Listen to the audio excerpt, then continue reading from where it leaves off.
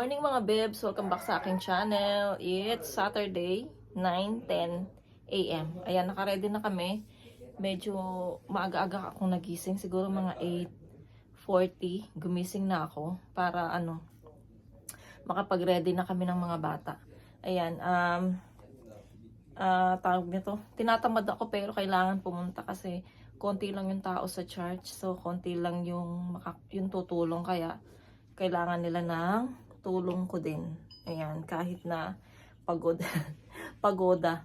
Pero ayan, so 'di ba nagsabi ako sa inyo na ipakita ko sa inyo yung paano gawin yung kimchi. So kailangan ko talagang pumunta mga bebs. Si Merlin pala hindi siya makapunta kasi daw ipa-check up niya daw yung anak niyang panganay kasi inuubo. Ayun, so sayang hindi siya makasama. So ayun mga bebs, alas 10 na kami susunduin ni Mister. Ihatid niya kami kasi pumasok si Mister. So alas 10 lalabas siya ng trabaho saglit para maihatid niya kami sa church. Ayun. Tapos pauwi naman, siguro hanggang alas 5 na kami doon. Hintayin na namin si Mister makauwi galing trabaho, tapos susunduin niya rin kami doon sa church mga bebs. So ito pala si Coco. Good morning. Coco. Coco. Inapakan na naman yung iPad ko. Coco, good morning. Wala pa kaming almusal mga bebs kasi nga wala kaming tinapay. So, sana merong tinapay doon sa church. Pero hindi naman sila nagtitinapay mga bebs, yung mga Koreano. Hindi sila mahilig magtinapay sa umaga. Ang pagkain nila ay mga talagang kanin. Tapos mga side dish. Si Coco, umaiwan ka muna dito ha. Maghapon ka matulog. Walang mga asar sa'yo. Si Yerang. So, ayun mga bebs. Magkita-kita na lang tayo mamaya sa church. Hindi pala mga bebs na hindi ko napakita sa inyo na unboxing yung nabili ko na na dress na sobrang mura lang niya. Dati it's 23K siya. So, ngayon bumaba talaga siya. Bumagsak siya ng 4K. So, bali 5K. Ang ginawa ko, dalawa na yung binili ko kahit magkapareho. So, ipakita ko sa inyo. Kaninang madaling araw siya dumating.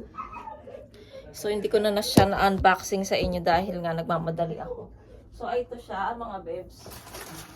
Dalawa siya mga bebs, bulaklakin. So, baka mapunta to sa ate Karen ko. Sa ate ko. Tag-isa kami. Ayan siya mga bebs, oh.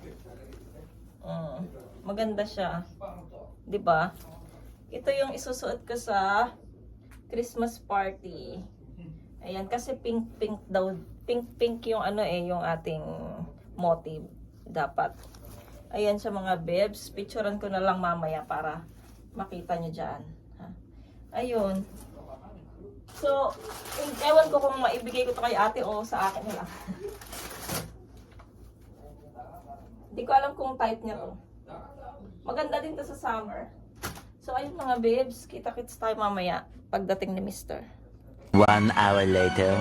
Ay! So, ayun na mga babes. Dito na kami sa kotse.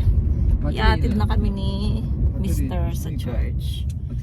So, si Merlin nga hindi makapunta dahil pa-check up niya yung kanyang anak. May ubo. So, baka bukas na lang yan magcha-charge. Sobrang lamig mga babes. Lalo na ramdam ko kasi hindi tayo lumalabas ng bahay. Grabe ang lamig. Doble-doble na nga yung suot ko. Naka leggings na ako sa loob. Tapos naka jogger. Tapos naka pangatlo na tong suot ko. 1, 2, 3. Tatlo. Pero malamig pa rin. Nalimutan ko yung yung aking gloves. Pero okay lang. Doon sa church mainit naman. Tapos yung mga bata ito na. Dito kami sa likod, gamit namin yung maliit na, yung black na car. Tapos andun si Yetchan sa harapan. Kasi malaki kasi si Yetchan eh. Kaya doon siya sa malalaki yung mga binti. Ay hindi, yung mahaba, yung mga niya, galamay niya. So ayun, update ko na lang kayo. See you na lang tayo sa church mga babes. A few moments later.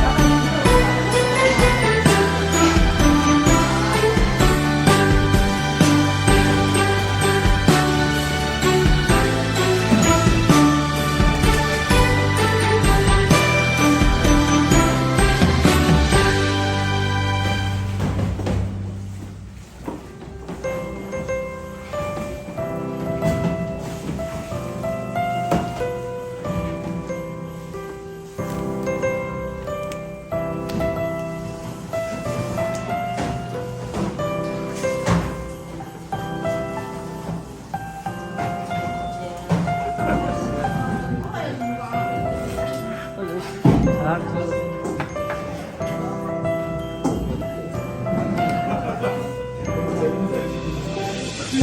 tree, oh Christmas tree, our lives are so changing.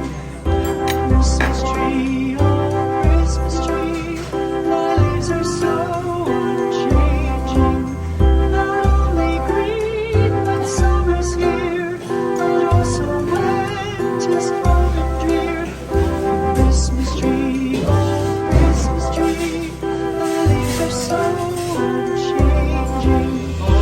Christmas tree, oh Christmas tree, much pleasure thou canst give me. Oh Christmas tree,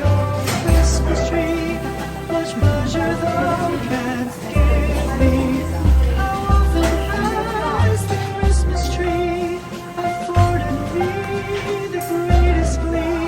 Oh Christmas tree, much pleasure thou canst give me. Christmas tree, thy candles shine so brightly. Oh, Christmas tree, thy candles shine so brightly. From base to summit, gay and bright, there's only splendor for the sight. Christmas tree,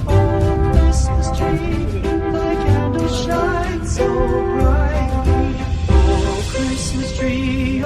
Christmas tree, how richly God has decked thee. Oh, Christmas tree, how richly God has decked thee. Thou bidst us true and faithful be, and trust in God unchangingly. Oh, Christmas. Dito na kami sa bahay mga bebs. So, hinatid kami ng pastor namin. Kasi si Mr. Oh my guys. Kasi si Mr. Alas 4 pa yung uwi niya. So, maaga kaming natapos gumawa ng kimchi. Mabilis kaming natapos. Kaya, ayun, akala ko mag-aabot kami ng alas 5 eh. Pero hindi. So, maaga kaming natapos. So, buti na lang, hinahatid naman kami ni Pastor kapag wala si Mr. Hinahatid kami dito sa bahay. Kasi, medyo malapit lang yung bahay ni Pastor dito sa amin. So, ayun, tapos, binigyan tayo ng kimchi. Ayan, ito kimchi to ni Merlin, binigay sa kanya. Tapos, yung sa amin naman ay ito, mga bebs, ay ito yung kimchi. So, ipakita ko sa inyo yung kimchi namin. Yung kay Merlin, hindi pwedeng buksan kasi nakatape na siya eh. Ayan. Ang dami. Ano? Bibigyan ko dito si ate ko, kasi nakita niya.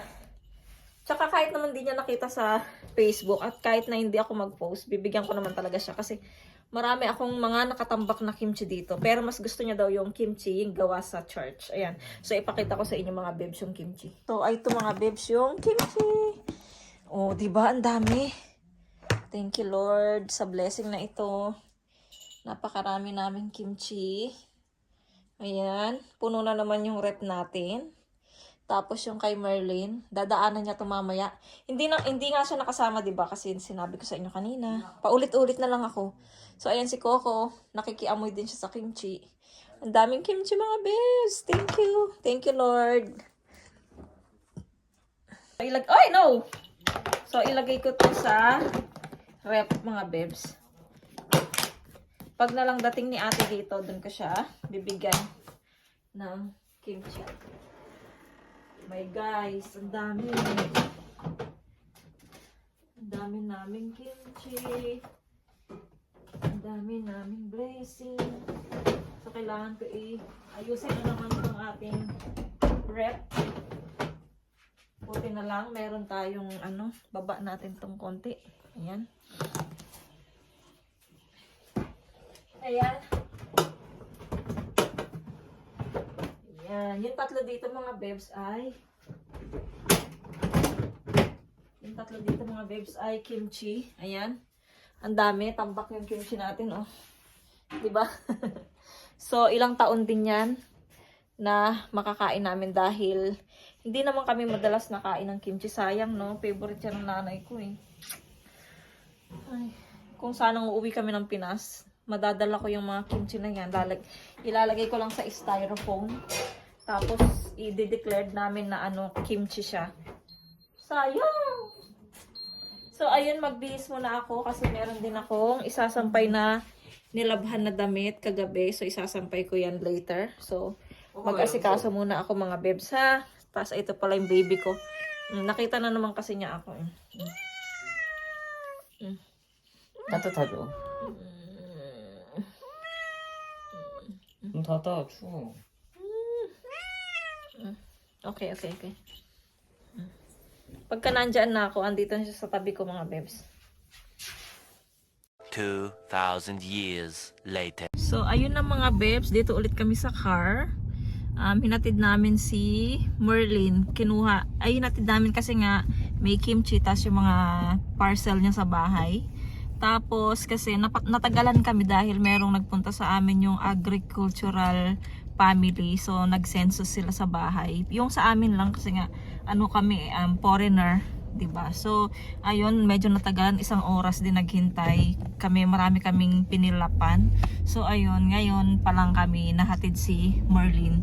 Tapos hindi ko alam kung mag-charge siya tomorrow. Ayan. So ngayon pauwi na kami. Bibili pala kami ng chicken kasi nga gustong kumain ng mga bata ng manok. Dadaan muna ako sa Daiso kasi bibili ako ng nail ko, yung press nail tsaka wet tissue. Wala akong wet tissue sa banyo. So ayan, hello my love, good evening. So ayan mga bebs, kita tayo sa bahay. Sobrang lamig. Dadaan na ako ng mga bebs ng Daiso. Bumili ako ng wet tissue isa para sa banyo. Tapos, bumili ako ng fresh nail, 2. Teka lang. Isang black. Ayan, isang black siya mga bebs. At saka isang para siyang brown.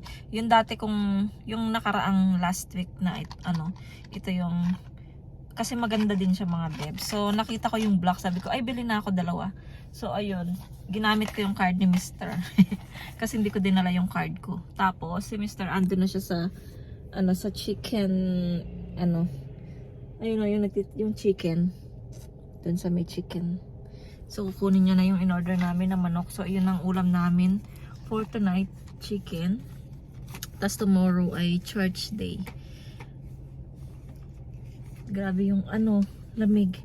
Yung sapatos ko kaninang sinuot, yung rubber shoes, medyo white siya. Nalagyan siya ng kimchi. So, ang hirap laban, ang hirap tanggalin. So, nagkaroon na siya ng mancha ng kimchi. Sayang naman. Ano pa naman yun? Bigay yun ng friend ko na Korean. Nike siya. Sayang. Nilagyan ko na siya ng, ng Clorox. Ayaw matanggal. So, bahala na. Baka pag umuwi na lang ng Pinas, daling ko yun. Ibigay ko sa kanila. Konti lang naman yung mga ilang dot ng mancha. Siguro 1, 2, tapos sa kabila 3, 4, 5, mga 5. So sayang na sayang talaga. Sayang na sayang talaga. So ayun mga bebs, magkita na lang tayo sa bahay. Hindi ko pa na-edit yung isang vlog. So kailangan ko siyang edit today para meron tayong upload bukas. Ayan. Kain tayo mga bebs, dito na kami sa bahay. So ito yung chicken na in-order ni Mr. Ayan na si Mr. Wala pang ligo. Kain muna kami. Tapos ito yung kimchi na galing sa church. Tiktikman ni Mr. Ayan. So kain tayo mga bebs. Samahan nyo kaming kumain at ako ay mag-i-end na ng vlog. Medyo mahaba na.